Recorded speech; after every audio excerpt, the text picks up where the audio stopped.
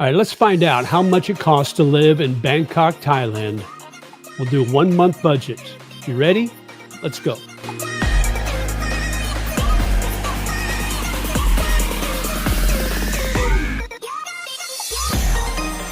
Hey, it's JJ, the Lonely Bull in Asia, in my condo here in Bangkok, Thailand. I've put together a budget for 1 month, for the month of May, basically. I've got everything figured out, and I'm going to run down all the costs of what it cost me to live in Bangkok for 1 month, okay? So then you can kind of get an idea of what it costs to be here. Now, I will preface this that I don't go all out when I'm here. I don't spend a lot of money. I'm not a very extravagant kind of guy. I don't go to clubs. I don't go out to eat every night. I don't drink every night.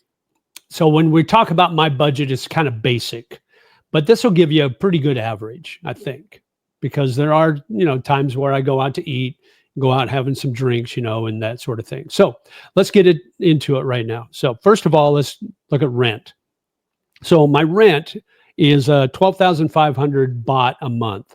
So that comes to right about $370, depending on what the exchange rate is.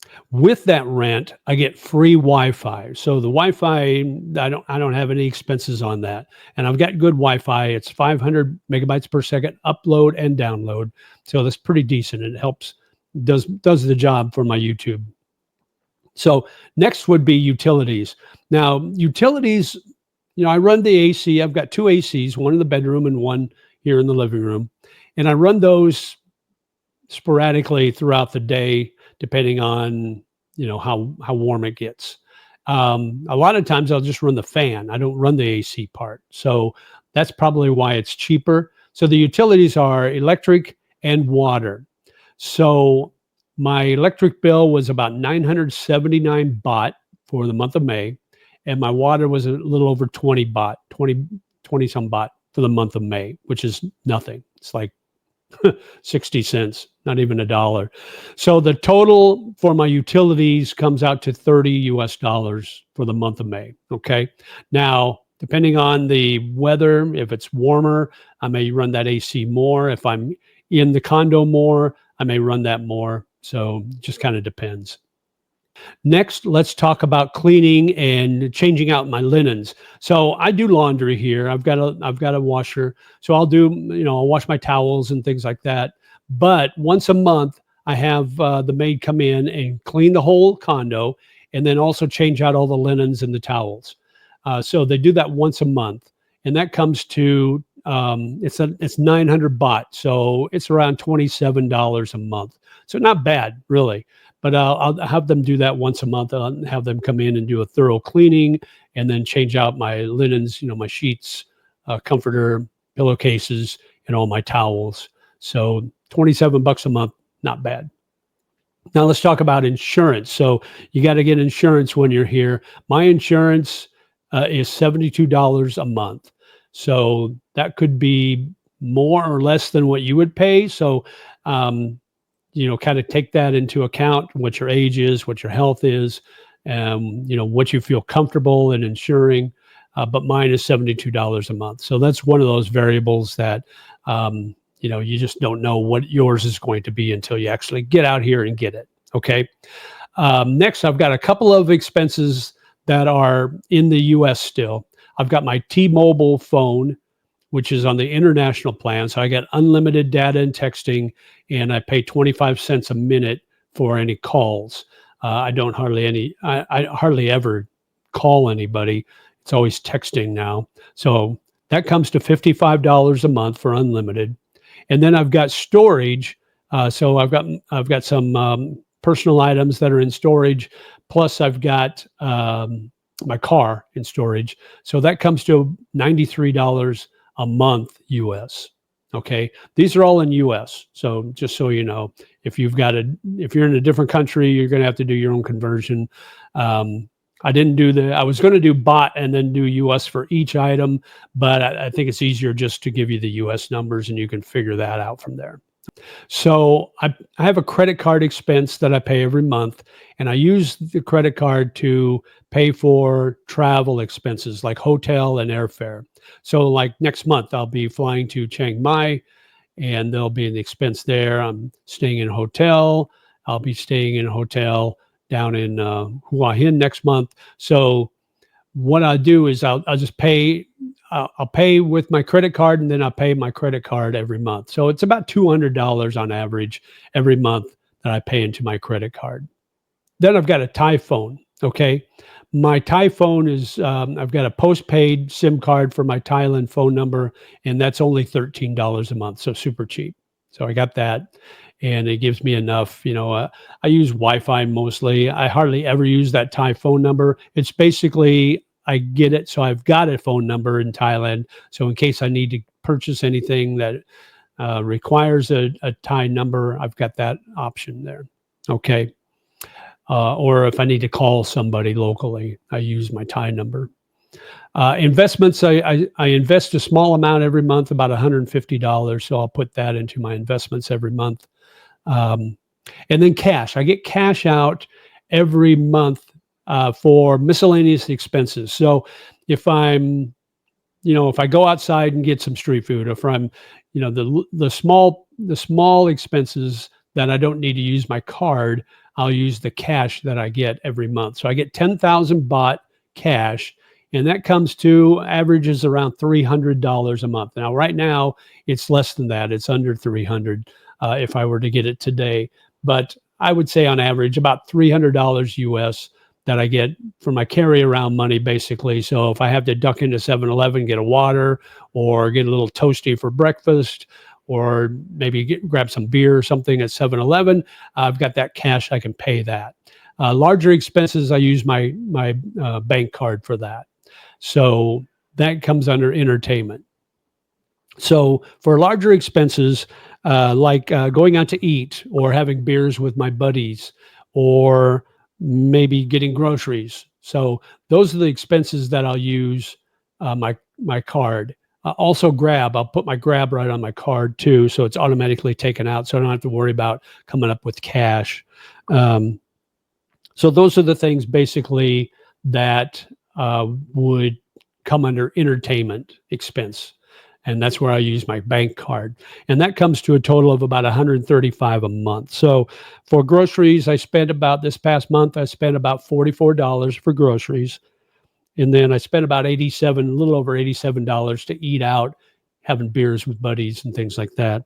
And then I got Grab one time when I came into the airport, and it was after midnight, so I didn't have any trains available. So I took a Grab, and that was right about $4, just under $4. So my total entertainment for the month is about $135. Now, that's probably an average. I ate out 5 times for that month. So that's a little more than once a week. Some months will be higher, some will be lower. Went and had a couple beers, once a week maybe. So some months might be a little higher than that. So like next month, when I'm in Hua Hin with my buddy and up in Chiang Mai with my buddy, that's going to be a little higher expense than that entertainment because I'm traveling. I'm doing kind of a vacation thing. So you'll be spending vacation dollars, so to speak. So that 135 is probably going to be over 200. So, but on average, 135 is a pretty good number. And then let's go over my YouTube expenses. So I have got expenses that I pay to help with my YouTube channel. So let's run down those. First of all, YouTube Premium, I've purchased that. So when I'm watching other YouTubers, I don't have to sit through the commercials. Hopefully, if you're not a YouTube Premium and you're watching this, please sit through the commercials. It helps my algorithm, helps me get paid so I can put the money back in. So that's $15. The YouTube Premium is $15. Then you've got Canva. So Canva is what I use to create my thumbnails and my intros and outros, and that comes to $15 a month also. Then I've got Amazon Premium. I'll put that in this category. Amazon Premium is $16 a month. With Amazon Premium, I can get free delivery on a lot of Amazon items, and those items are generally what I put back into my YouTube channel. So CapCut is what I use for my editing of my videos. CapCut's only $10 a month, so it's pretty cheap. And then StreamYard, that's what I'm recording on right now. That's where I do my live streams. That's actually $27 a month. Now, it went up to almost 50. It was 25 before, then it went up to almost 50. So I went on and I canceled because I wasn't going to pay $50 a month. 25 I thought was pretty significant.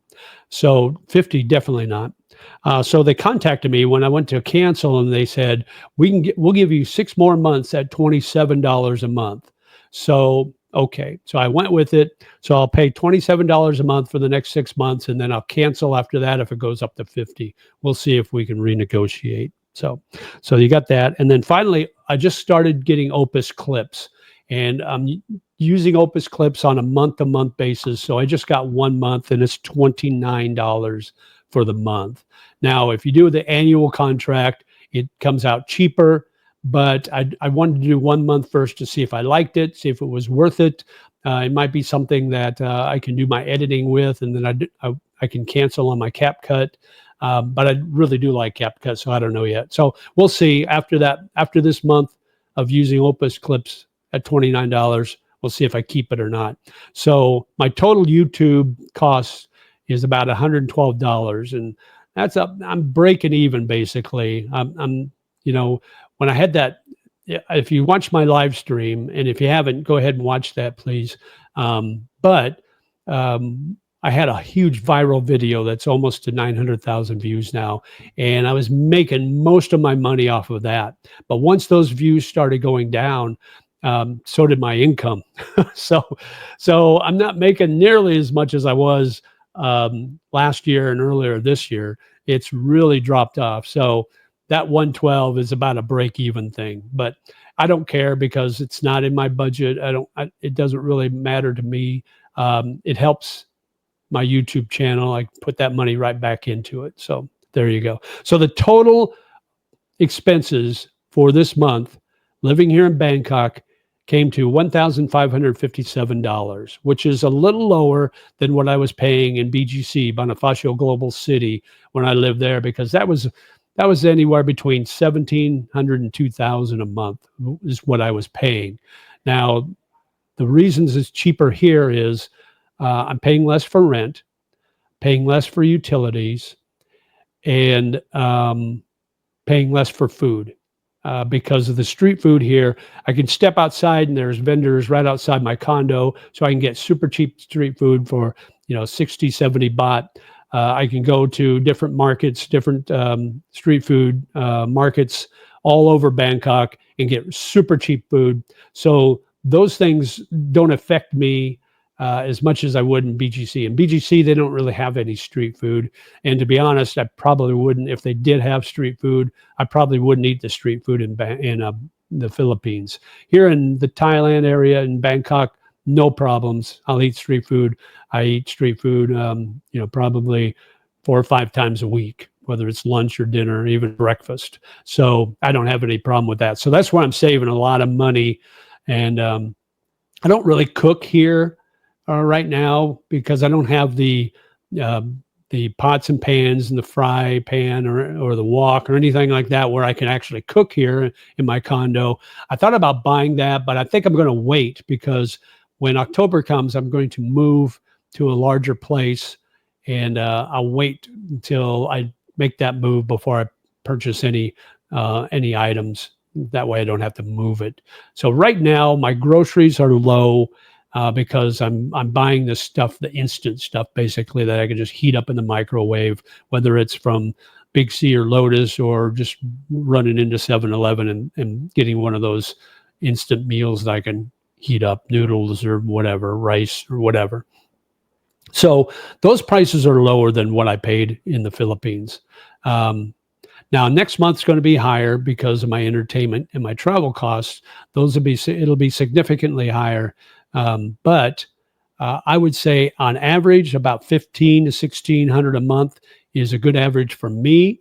Now, prices may vary depending on what you like to do.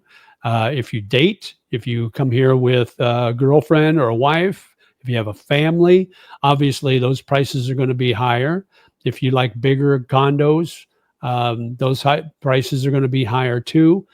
So my condo's 35 square meters, and it's a nice size for me right now. But I got this because I was also renting a place in Da Nang, Vietnam at the time. So I wanted to kind of cut my expenses. But now that I've kind of narrowed it down to this place only, I'm going to, when my lease is up at the end of October, I'll move and get something bigger. I'd like to get maybe a 2-bedroom where I can use 1 bedroom for a studio and get a real studio instead of being here in my living room.